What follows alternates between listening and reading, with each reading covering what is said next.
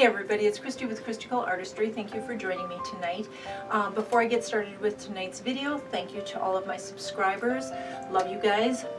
If you haven't subscribed and you'd like to, the information is at the end of the video, and I have more information in the description of the video. So before we begin tonight, I wanted to show you the dry results of our beautiful blue painting. The one painting from the 3 days ago isn't quite dry yet. I had a lot of paint in the center, so I'll show you that one when it's dry. But I love this little 12 by 12 blue painting we did. If you notice, this is before I even put on the high gloss. You can see a lot of shimmer in there from the metallics that we use. We use the Blue Topaz by Extreme Sheen, and then we also used, there's another one. Oh yes, our Deep Sapphire. That was another one, and that one is an Extreme Sheen, I believe, or is it, what is that called? Yes, Extreme Sheen Sapphire. Ugh. This one and this one. So these were our two shiny colors, and that's where we're getting our shimmer from, which is really pretty.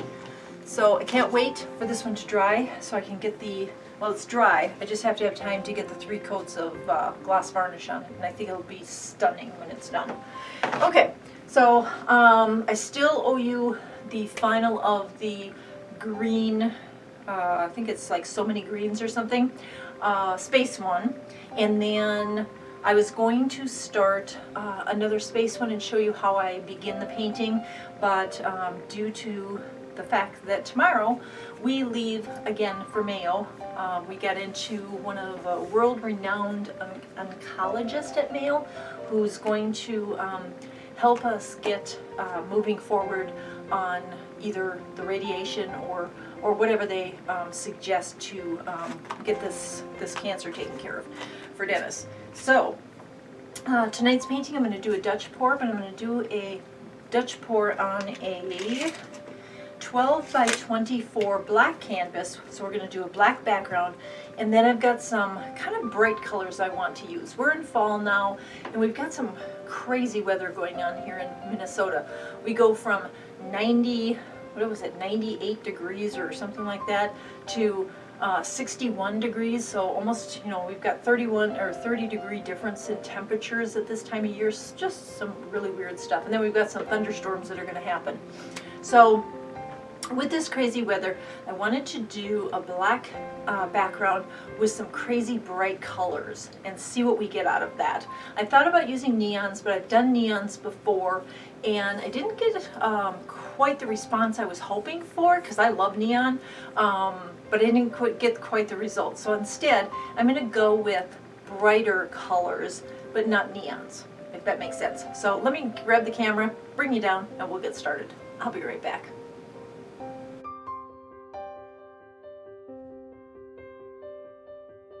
Okay, so here is my 12 by 24 canvas.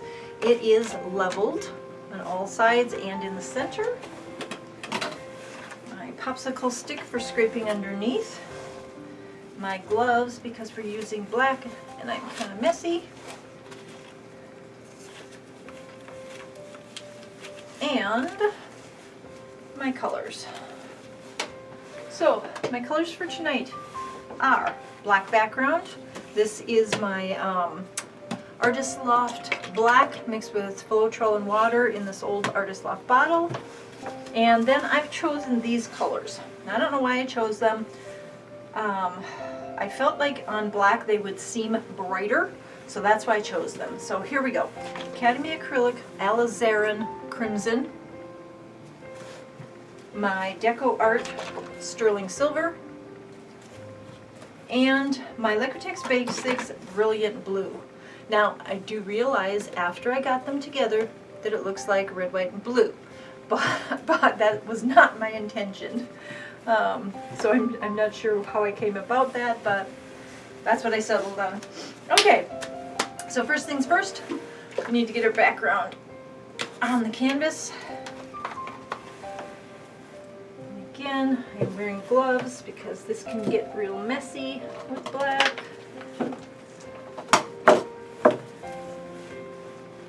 don't want black fingers when we're going to the Mayo tomorrow. So I'm just going to pour out what I feel I need, spread it around, and if I need some more, we will add it.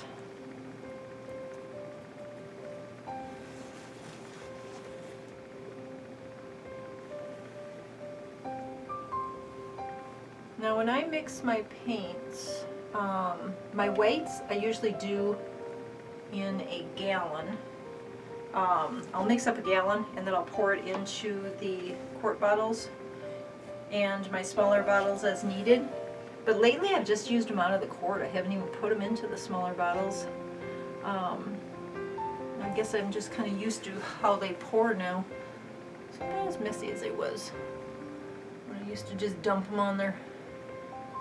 Okay, so we've got that nicely smoothed. Now we're going to run it down the sides. Because I want to make sure that my sides are covered as well, and that they're not all dry when we're trying to blow this out. Because if our pattern goes down the side, we want it to be able to run down the side properly. Black on black, it's a little bit harder to see, so you can kind of feel it.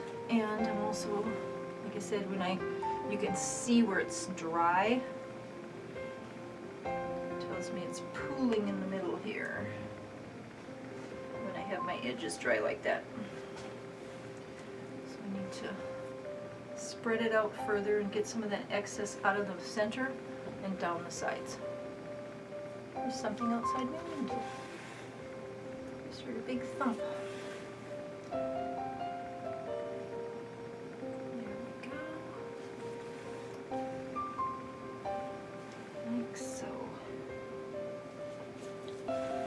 And we want to get some of this excess out of the center, and I see a dry spot, so I'm just going to push it up there and over the edge. Okay, so now I don't want to waste the paint. Since I have a gloved hand, I'll scrape off what I can. Alright, next thing I want to do is, since I do have a gloved hand, is make sure that I have some coverage. I feel like it's dry over here. So I want to make sure that I have coverage on the edge all the way around. Now, with one good thing about black, when you are done with your torching of the bubbles, you should have a really nice, I call it a mirror finish, but you should be able to see any bubbles are gone or any missed spots. Like right here in the light, I can see this whole area here is missing. So let's torch the bubbles and then we'll move the paint around again.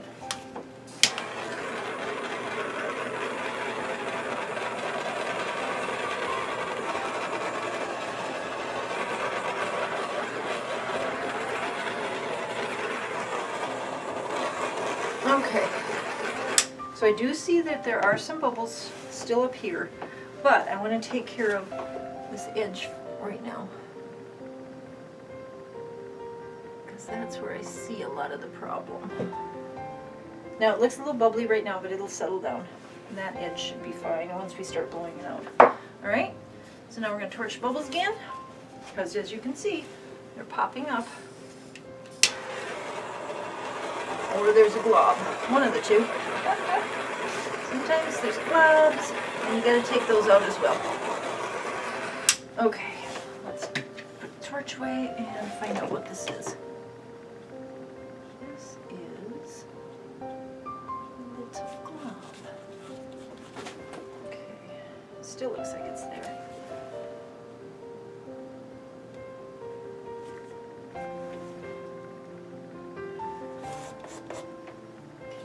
That settle down for a second. I see a bare spot there. I see a bubble there. So it's nice when you can see using the light above you. I'm just going to add a little more to that spot I was playing with. Maybe it'll run off. Yeah, it'll run off.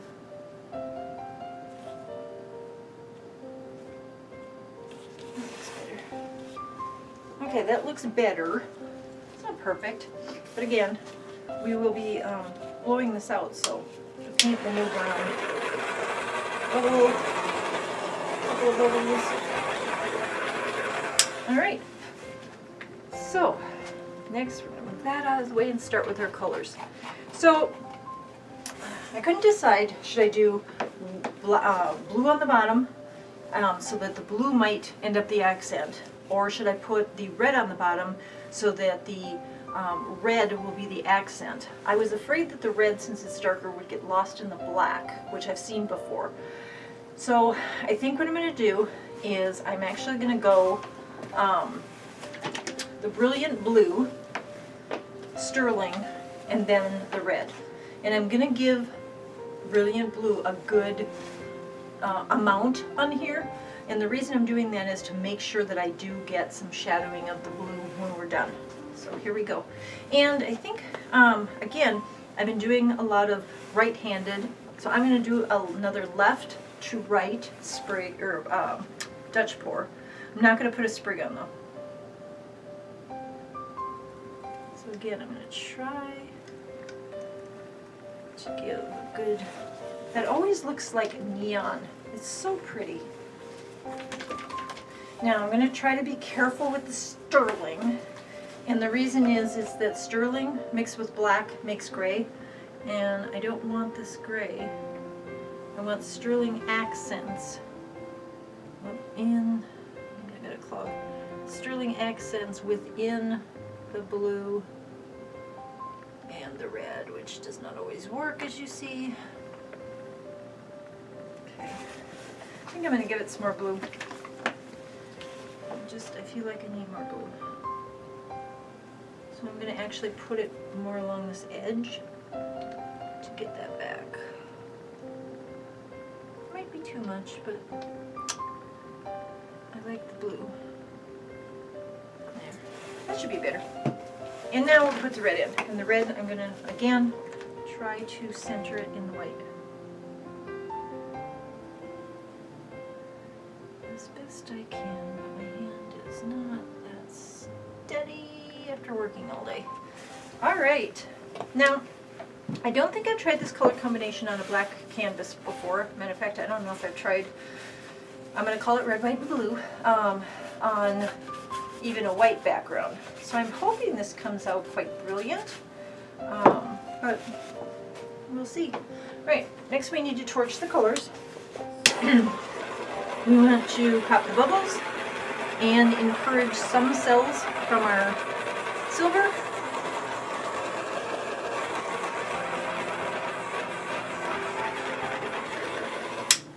Okay, and I do see some things popping over here, which is fine.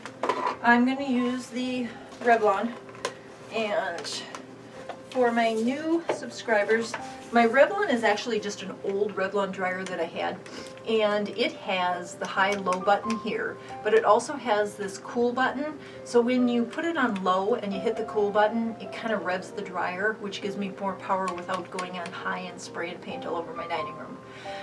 The nozzle, this particular one is one that my husband made for me on one of his 3D printers, and it is just like the right size for most of the paintings I do. I have some smaller ones and some much larger ones, but this one's been the one that's worked the nicest lately. The trick is, when it gets hot, it tends to fall off, so keeping it on there is the trick. Okay, I'm going to go ahead and blow this one out and let's see what happens. Here we go.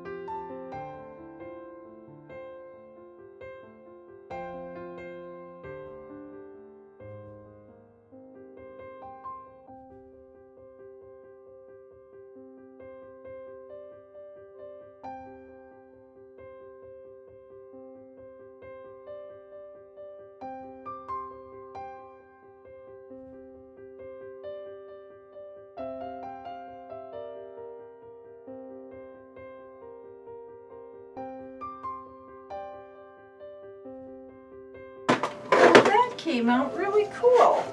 So the red, while it's not like overwhelming, it's, how do I put it? It's almost,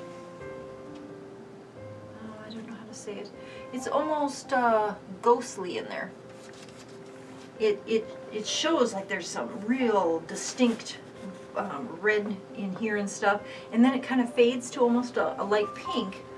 But if I had used maybe like a different blue, a different color besides the blue, it almost looked like a Halloween like blood type thing.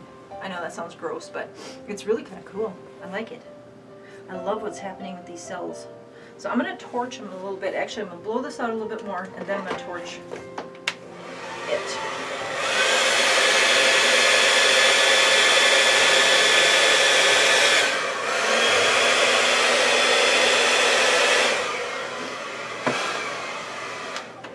I just wanted that to be out a little bit more. It's a little like hung up over here, and it could be because the edges are drying already. So let's torch it and see if we can get anything to come out of it.